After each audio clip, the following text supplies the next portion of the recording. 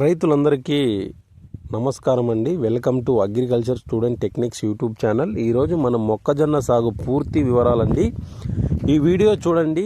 అలాగే వీడియో నచ్చినట్లయితే please like, share, subscribe అండి. ప్రతి ఒక్క రైతు సోదరుడు, మొక్కజొన్న సాగు చేసే ప్రతి ఒక్క రైతు సోదరుడు చూడాల్సిన వీడియో అండి ఇది ముఖ్యంగా మొక్కజొన్న పూర్తి విషయాలన్నీ తెలుసుకుంటారండి. పూర్తి సాగు వివరాలు తెలుసుకుంటారు ఈ వీడియోలో. అలాగే మనం విత్తనం విత్తినప్పటి నుంచి కంకి కోసేంత వరకు మనం ఎటువంటి జాగ్రత్తలు పాటించాలి, ఎటువంటి మనకు సస్యరక్షణ పద్ధతులు ఎలా పాటించాలి, అలాగే కంకి సైజ్ అనేది ఎలా తెచ్చుకోవాలి, అలాగే డ్రిప్పుకు మరియు సాళ్ళకు పెట్టిన వాళ్ళు మొక్కజొన్నలో మనం ఎటువంటి జాగ్రత్తలు పాటించాలనే విషయాలపై పూర్తిగా తెలుసుకుందాం.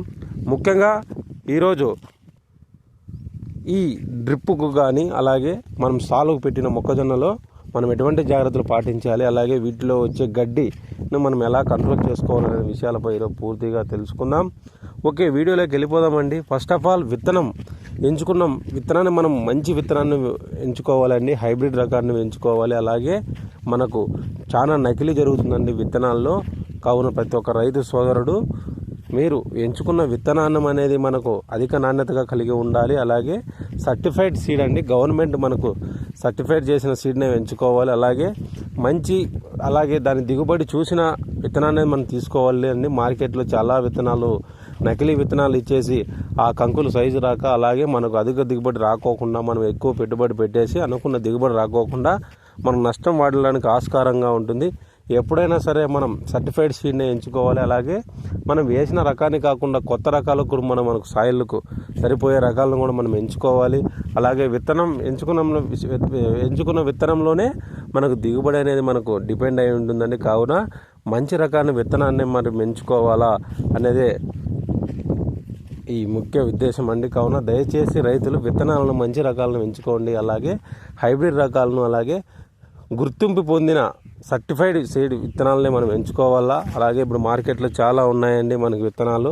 వాటిలో కొన్ని మంచి రకాలు నేను చెప్తాను, ఆ రకాలు చూసుకోండి. అలాగే గోగ్రేజ్ కంపెనీ వాళ్ళవి బాగుంటాయి. అలాగే నూజివీడు, గంగా కావేరి, అలాగే పైనీరు, వోల్టేజ్, ఈ రకాలు అంటే మన గుర్తింపు పొందిన రకాలు అండి. ఇంకా చాలా ఉన్నాయండి. బట్ ఏంటంటే మంచి కంపెనీలు ఇవి.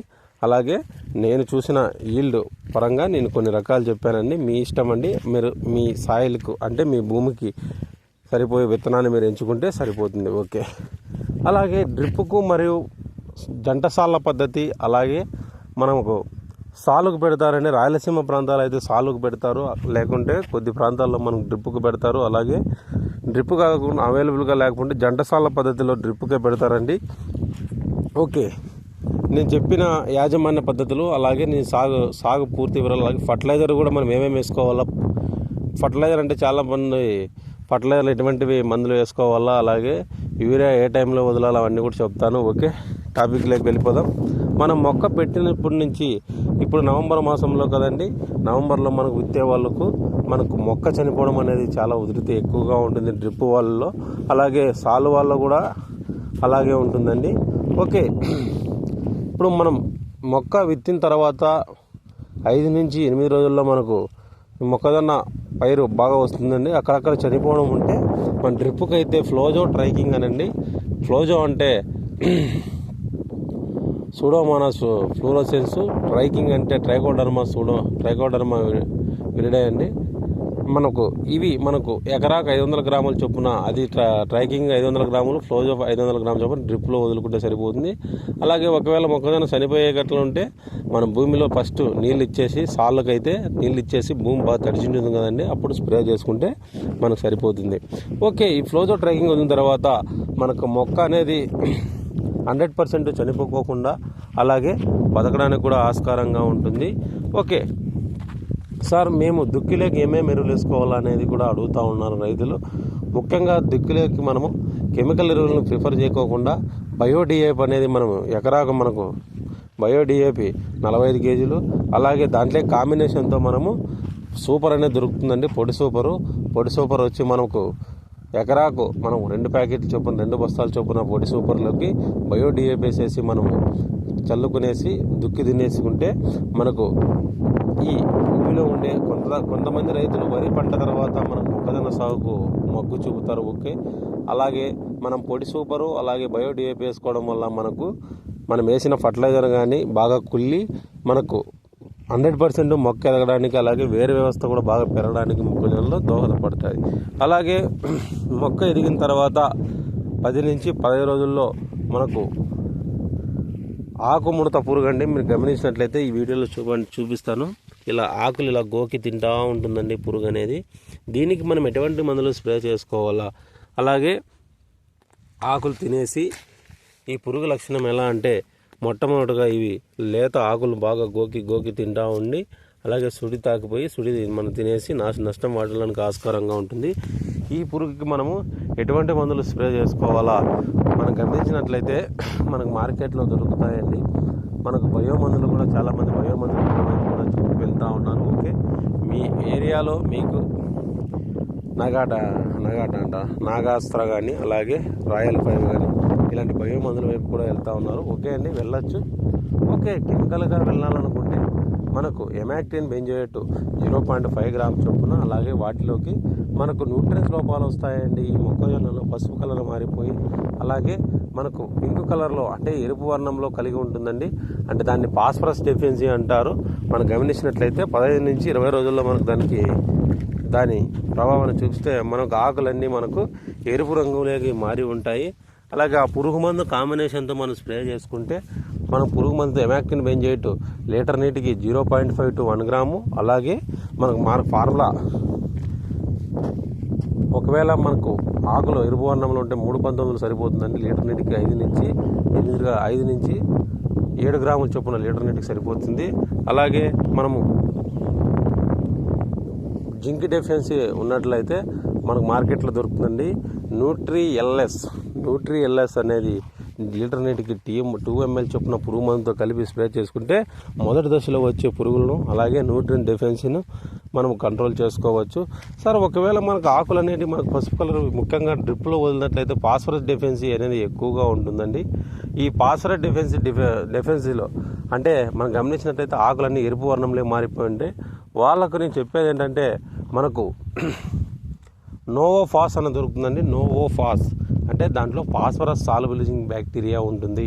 ఈ ఫాస్ఫరస్ సాల్యుబిలైజింగ్ బ్యాక్టీరియా నోవోఫాస్ ఎకరాకు మనము 500 ml నుంచి లీటర్ చొప్పున మనం వదులుకుంటే మనకు మొదటి దశలో వచ్చే ఫాస్ఫరస్ డెఫిషియన్సీని కూడా మనకు 100% కంట్రోల్ చేసేసి మొక్కకు ఫాస్ఫరస్ డెఫిషియన్సీ తగ్గించేసి ఈ ఎరుపు వర్ణం తగ్గించేసి పైరు నలుపుదనం కూడా ఆస్కారంగా ఉంటుంది. ఓకే సార్, మొదటి దఫాలో మనకు గడ్డి ముఖ్యంగా మనం గమనించినట్లయితే చాలా మార్కెట్లో మందులు ఉన్నాయండి. గిలాడో కానీ ఎక్సిడో కానీ రింజర్ కానీ ఇలా ఎన్నో గడ్డి మందులు ఉన్నాయి. ఈ గడ్డి మందుల్లో మనం గమనించినట్లయితే గడ్డి మందులు తీసుకోవాల్సిన జాగ్రత్తలు వహించినట్లయితే సిఫార్సు చేసిన మోతాదులో మనం వాడుకోవాలి. అలాగే ఆకులు ఈ గడ్డి అనేది మనకు 1 లేదా 2 ఆకుల దశల్లో మనకు అంటే 18 నుంచి 20 రోజుల లోపలే మనం గడ్డి మందులు స్ప్రే చేసుకోవాలా. గడ్డి మంది మనం డోస్ ప్రకారంగా సిఫార్సు చేసిన డోస్లోనే అలాగే సిఫార్సు చేసిన ట్యాంకుల్లోనే మనం స్ప్రే చేసుకోవాలా. మ్యాక్సిమం వచ్చి మనకు 8 నుంచి 10 ట్యాంకులకు ఒక ప్యాకెట్ సరిపోతుందండి. చాలామంది రైతులు 6 ట్యాంకులే కొడతారు. అలా కొట్టడం వల్ల మనకు గడ్డి చనిపోవడమే కాకుండా మనకు మెయిన్ పంట కూడా నష్టం వాడడానికి అలాగే దెబ్బతినడానికి ఆస్కారంగా ఉంటుంది. కావున 8 నుంచి 10 ట్యాంకులు కొట్టండి. అలాగే గడ్డి మందు కొట్టేటప్పుడు తగు జాగ్రత్తలు వహించాలండి. ఈ గడ్డి మందు కొట్టేటప్పుడు కంపల్సరీ మనకు భూమిలో తేమ అనేది ఉండాలా. అలాగే మనం లేత ఆకులు అంటే మనం 1 నుంచి 2 ఆకులు దశలో ఉన్నప్పుడైతే కలుపు మనకు 100% కంట్రోల్ అవడానికి ఆస్కారంగా ఉంటుంది. ఓకే, ఈ గడ్డి మందు కొట్టేసిన తర్వాత మనకు ఈ గడ్డి మందు కొట్టిన తర్వాత మనకు 3 నుంచి 4 రోజుల నుంచి వర్క్ స్టార్ట్ అవుతుందండి. అంటే పనితనం అనేది 3 నుంచి 4 రోజుల నుంచి మనకు ఆకులు ఎర్రబడడం అలాగే ఆకులు ఎర్రపడేసి మారిపోతుందండి. ఇంకోటండి, చాలామంది రైతులు మొక్కజొన్నల గడ్డి మందు మొక్కజొన్నలోనే కొట్టాలండి. చాలామంది రైతులు వేరే పంటల గడ్డి మందులు తీసుకొచ్చి మొక్కజొన్నలు స్ప్రే చేయడం వల్ల మనకు మొక్కజొన్న నష్టం వాటిల్లడానికి ఆస్కారంగా ఉంటుంది. కావున ప్రతి ఒక్క రైతు సోదరుడు మీరు షాపులో అడిగి తెలుసుకోండి. ఈ మొక్కజొన్నలో కొట్టే గడ్డి మందేనా, ఈ మొక్కజొన్నలో ఎన్ని ట్యాంకులు కొట్టాలి, అలాగే ఎన్ని లీటర్లు కలుపుకోవాలి. మ్యాక్సిమం వచ్చి మనకు 180 నుంచి 200 లీటర్లు కలుపుకోవాలండి ఎకరాకు నీళ్లు. అలా కలుపుకున్న తర్వాతనే మనకు 8 నుంచి 10 ట్యాంకులకు 100% మన మొక్క అలాగే గడ్డి మందు స్ప్రే చేస్తున్నాం కాబట్టి మొక్క చుట్టుపక్కల గడ్డి ఉంటుంది కాబట్టి ఈ గడ్డి మనకు భూమిలో తేమ అనేది కంపల్సరీ ఉండాలా. ఈ భూమిలో తేమ ఉండడం వల్ల మనకు 100% మనకు ఈ గడ్డి చనిపోవడానికి ఆస్కారంగా ఉంటుంది. ఓకే, ఈ గడ్డి మందు స్ప్రే చేసిన తర్వాత మనకు సార్ తుంగ మందు ఎలా అంటే ముఖ్యంగా తుంగ అనేది గడ్డ ఉంటుందండి. ఈ తుంగ అనేది మనకు పెరుగుదల తుంగని చంపే గడ్డి మందు ఇంకా రాలేదు, బీడు భూములకు ఉంది. కానీ పంటల్లో అయితే మనం గమనించినట్లయితే ఈ గడ్డి మందు మొక్కజొన్నలో కొట్టినప్పుడు మనకు తుంగ అనేది ఎర్రగా అవుతుంది, కానీ పెరుగుదల నాటికి నిలిచిపోతుందండి. ఓకే, మీరేం టెన్షన్ భయపడొద్దు. ఓకే, మనం గడ్డి మందు స్ప్రే చేసేసినాము, పురుగు మందు స్ప్రే చేసినాము ఫస్ట్ స్ప్రే. తర్వాత మొదటిసారిగా మనం ఏమేమి ఎరువులు వేసుకోవాలా ప్రతి ఒక్క రైతు సోదరుడు తెలుసుకోవాలి. ఓకే అండి, చాలామంది సార్ మేము కెమికల్గా కాకుండా బయాలజికల్తో వెళ్ళాలనుకున్నాం, అలాగే కెమికల్తో కూడా వెళ్ళాలనుకున్నాం అంటే మనకు మార్కెట్లో దొరుకుతాయండి. బయో ఎన్పీకేతో పాటు ఇండీ రూట్స్ మనకు మొక్కజొన్న స్పెషల్ బకెట్లు దొరుకుతాయండి. ఇండీ రూట్స్ అంటారు. ఈ ఇండీ రూట్స్ నేను మీకు కావాలనుకుంటే మీరు మీ కామెంట్లో మా వాట్సాప్ గ్రూప్లో జాయిన్ కావండి. అలాగే మీకు కావాలనుకున్న నా నెంబర్కు మీరు వాట్సాప్ చేయండి. కంపల్సరీ నేను మీ కొరియర్ కూడా మీకు చేస్తాం ఈ ఇండీ రూట్స్ అనేది. దీనికి ఫస్ట్ ఆఫ్ ఆల్ బయాలజికల్తో వెళ్ళాలనుకున్న బయో ఎన్పీకే ప్లస్ అలాగే ఇండీ రూట్స్ మనం గమనించినట్లయితే ఇండీ రూట్స్తో మనకు మొక్కజొన్న స్పెషల్ ఎకరాకు 4 కేజీలు చొప్పున, అలాగే మనకు మార్కెట్లో దొరికే శ్రీధార అనేది ఒకటి ఉంటుందనే ప్రోడక్టు. ఈ శ్రీధార అనేది మనకు భూమిలో కార్బన్ శాతం పెంచుతుంది, అలాగే మొక్కజొన్న కంకి సైజు వచ్చే దశలో కీలక పాత్ర వహిస్తుందండి. ఓకే, ఈ శ్రీధార అలాగే బయో ఎన్పీకే అలాగే ఇండీ రూట్స్ మొక్కజొన్న స్పెషల్ మనకు మెయిస్ స్పెషల్ అంటారండి. ఆ బకెట్ మనము ఎకరాకు 4 కేజీలు చొప్పున మనం ఫర్టిలైజర్లో బయో ఎన్పీకేలో కలుపుకొని మనం చల్లుకోవాలి ఎకరాకు. ఓకే, ఎకరాకు మన బయో ఎన్పీకే మనకు 45 కేజీలు సరిపోతుందండి. వాటితో పాటు 4 కేజీలు మనకు ఇండీ రూట్స్ అలాగే శ్రీధార 5 కేజీలు ఎకరాకు సరిపోతుందండి. మనం చల్లుకుంటే మనకు 100% మొక్క ఎదగడమే కాకుండా మనకు కీలక దశ అయినా మనకు గింజ పాలు పోసుకునేటప్పుడు అలాగే ఎన్ని విడిచేటప్పుడు మనకు కీలక పాత్ర పోషిస్తాయండి. ఇవనేటివన్నీ వీటిలో మనకు అనేక రకాల కోట్ల మైక్రోబ్స్ ఉంటాయండి ఈ ఇండీ రూట్స్లో కానీ అలాగే ఈ శ్రీధారలో కానీ మనకు కార్బన్ పెంచడానికి, అలాగే మనకు PSB bacteria, KSB bacteria, nitrogen solubilising bacteria, అన్ని రకాల బ్యాక్టీరియాలు దీంట్లో ఉంటాయి. అలాగే మైక్రోబ్స్ ఉంటాయి. ఇవి మనకు పంట పెరుగు దశల్లోనూ అలాగే కీలక పాత్ర వహిస్తాయండి. అలాగే రెసిస్టెన్స్ పవర్ అంటే మొక్క రోగ నిరోధక శక్తి పెంచడానికి, దిగుబడి పెంచడానికి కూడా ఆస్కారంగా ఉంటుంది. దయచేసి రైతులు ఇండీ రూట్స్, శ్రీధార, బయో ఎన్పీకే వేసుకోండి. ఓకే సార్, మేము బయో ఎన్పీకే బదులు మనం ఏదైనా కెమికల్ తీసుకోవచ్చు అనుకుంటే యూరియా దొరుకుతుందండి మనకు మార్కెట్లో తక్కువ పెట్టుబడితో. యూరియా మనకు ఎకరాకు మనకు 40 కేజీల చొప్పున దాంట్లోకి నేను చెప్పిన శ్రీధార కానీ ఇండీ రూట్స్ కానీ కలిపి చల్లుకుంటే మనకు పైరు ఎదగడమే కాకుండా మనకు కీలకమైన దశలు గింజ పాలు పోసుకున్న దశలో కూడా మనకు ఎక్కువగా మనకు కంకి సైజు కూడా ఎక్కువ రావడానికి కూడా ఆస్కారంగా ఉంటుంది. ఓకే అండి, మనము 20 రోజులు మనం 15 నుంచి 25 రోజుల్లో మనం ఎరువులు వేసిన తర్వాత మొక్క అనేది మనకు బాగా ఎదగడానికి ఆస్కారంగా ఉంటుంది. ఒకసారి గడ్డి మందు కొట్టేసి ఉంటాం కాబట్టి మరా అయాలకి మనకు పైరు అనేది ఎత్తుగా పెరిగిపోయేది కావున గడ్డి కూడా మనకు ఆస్కారంగా ఉంటుంది. ఓకే 20 రోజులు అయిపోయింది మనకు పైరు అనేది. ఓకే అండి, వీటిలో ముఖ్యంగా తెగులు యాజమాన్యానికి వస్తే ఆకుమాగుడు తెగులు వస్తాయి, అలాగే వీల్ట్ అనేది వస్తుంది. కావున వీల్ట్ వచ్చేటప్పుడు మొదటి దశలో చెప్పాను కదండి, ఫ్లోజో ట్రైకింగ్ అనేది మనకు మార్కెట్లో దొరుకుతుంది. అంటే ఫ్లోజో అంటే మనకు సూడోమోనాస్ ఫ్లోరోసెన్స్, ట్రైకింగ్ అంటే ట్రైకోడర్మా విరిడే. ఇవి మనం స్ప్రే చేసుకుంటే సరిపోతుంది. అలాగే మన ఎరువులో కూడా కలిపి చల్లుకోవచ్చు. ఓకే, ఇంకోటి అండి, ఇప్పుడు మనం మొదటి దశ కంప్లీట్ చేసుకున్నాం. 20 నుంచి 30 రోజుల్లో మనకు మొదటి దశ అనేది కంప్లీట్ అవుతుంది.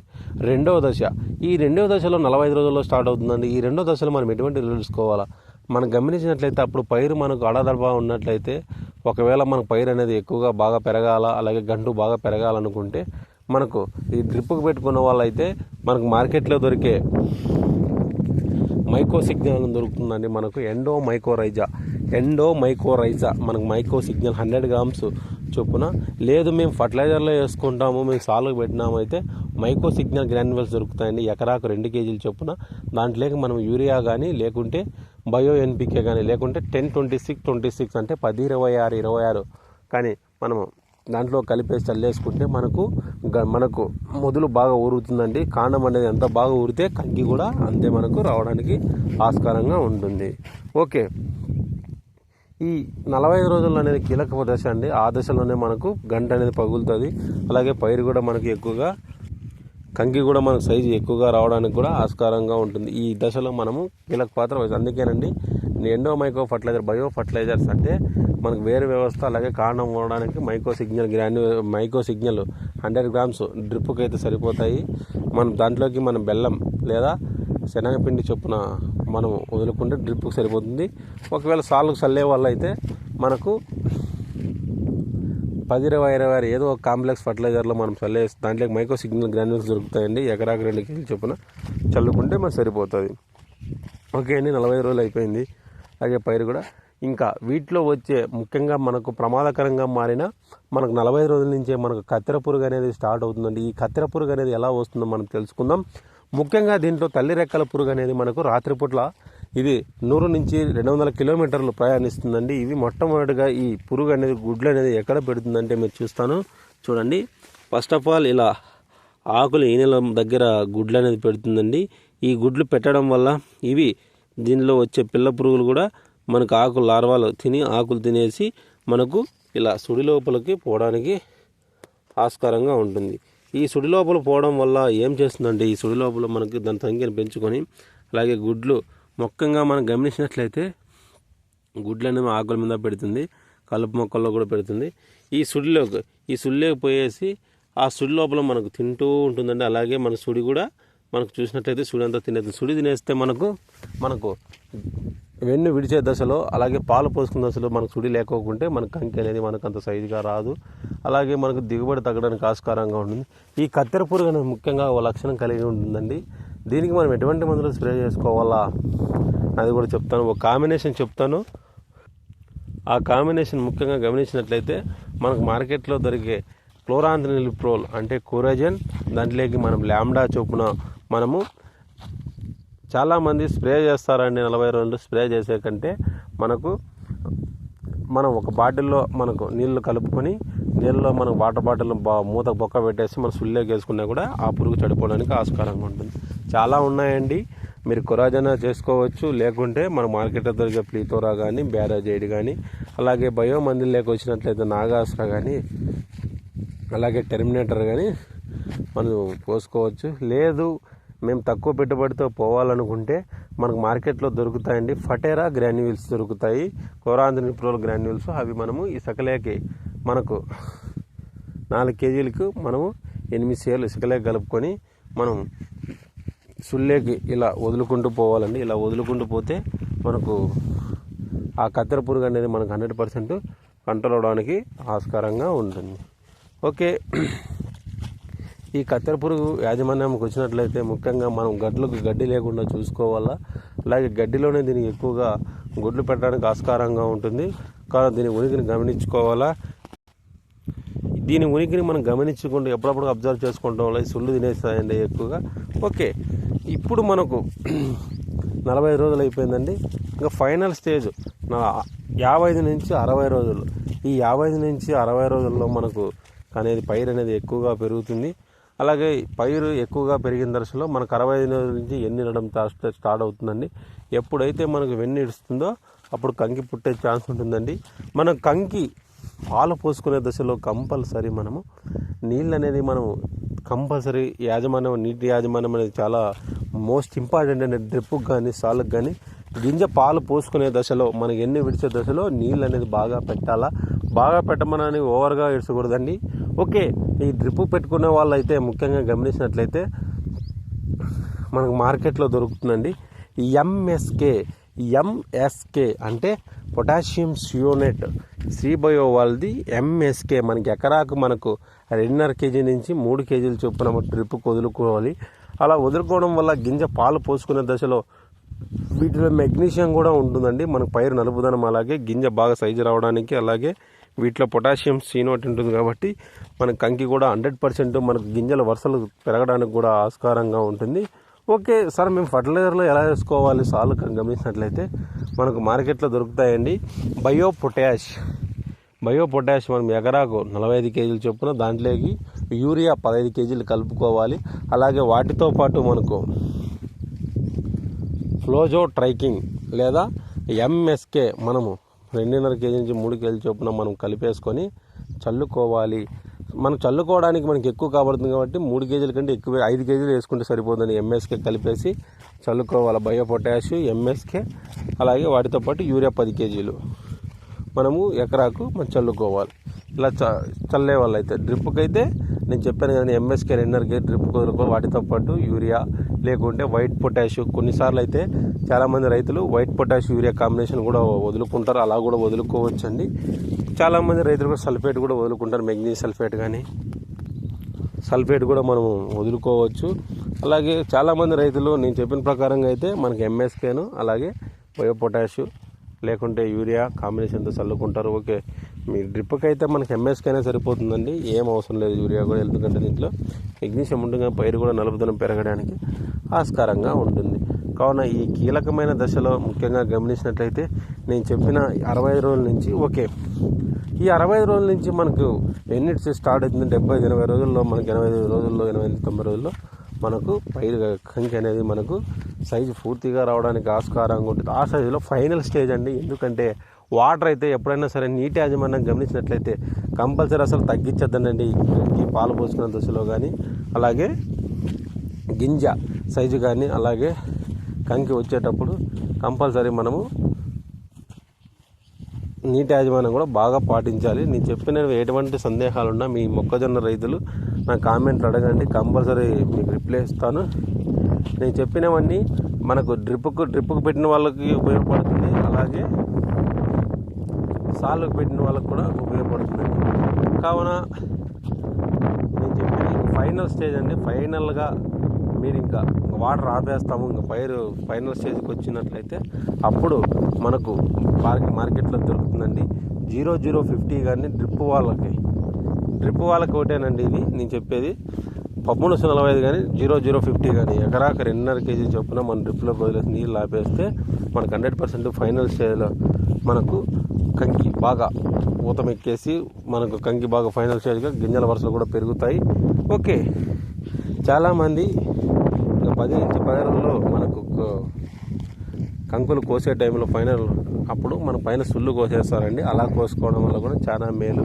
ఎందుకంటే ఫైనల్గా మనకు గింజలకి ఫుడ్ అనేది మనకు చేరిపోతుంది. అలాగే కంకి బాగా సైజు రావడానికి ఆస్కారంగా ఉంటుంది. నేను చెప్పిన విషయాల్లో మీకు ఎటువంటి సందేహాలున్నా, మొక్కజొన్న పంటలో మీకు ఎటువంటి సందేహాలున్నా మీరు నేను కామెంట్లో అడగండి, కంపల్సరీ మీకు రిప్లై ఇస్తాను. అలాగే మీకు వీడియో నచ్చినట్లయితే ప్లీజ్ లైక్, షేర్, సబ్స్క్రైబ్ అండి. అలాగే మీ తోటి రైతులకు కూడా వీడియోని షేర్ చేయాలని కోరుకుంటున్నాను.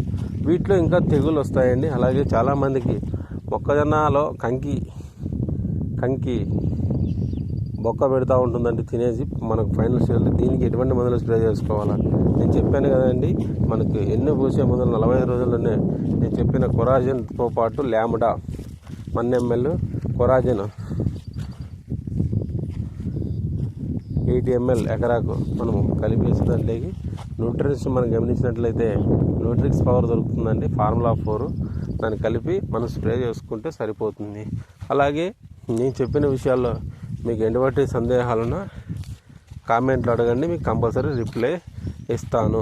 ఈ మొక్కజొన్న పంట గురించే కాకుండా అన్ని రకాల పంటల గురించి కూడా మీకు నేను గైడెన్స్ ఇస్తాను. అలాగే మొక్కజొన్నలో వచ్చే కీటకాలు, పురుగులు కానీ అలాగే తెగుళ్ళు యాజమాన్యం కూడా మీకు చెప్పాను కదండి. నేను చెప్పిన వాటిలో పాటించండి. ఎందుకంటే మనకి ఎకరాకు 30 నుంచి 40 క్వింటాల వరకు తెచ్చుకోవాలా. డ్రిప్ వాళ్ళైతే మ్యాక్సిమం అంటే 35 క్వింటాలు దాటించుకోవాలి. అంటే డ్రిప్ వాళ్ళకు మనకు మంచి అనుకూలంగా, ఎందుకంటే డ్రిప్ ఎరువులు కూడా మనకు బాగా వదులుకోవచ్చు, బాగా అనుకూలంగా ఉంటుంది.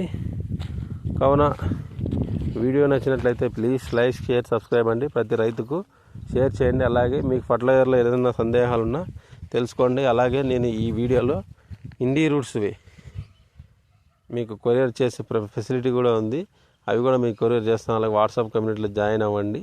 అలాగే మీ తోటి రైతులకు కూడా వీడియోని షేర్ చేయాలని కోరుకుంటున్నాను. అలాగే మీ తోట రైతులకు కూడా వీడియో షేర్ చేయాలి. అలాగే మొక్కజొన్నలో మీకు ఎటువంటి సందేహాలున్నా నన్ను కామెంట్లు అడగండి, నేను కంపల్సరీ మీకు రిప్లై ఇస్తాను. కావున ప్లీజ్ లైక్, షేర్, సబ్స్క్రైబ్ అండి. Thank you. ఈ వీడియో ఒక్కటే చాలండి. మీకు మొక్కజొన్నలో ఒకరి గురించి నడక్కోకుండా మీకు పూర్తి సాగు వివరాలను దీంట్లో తెలిపాను.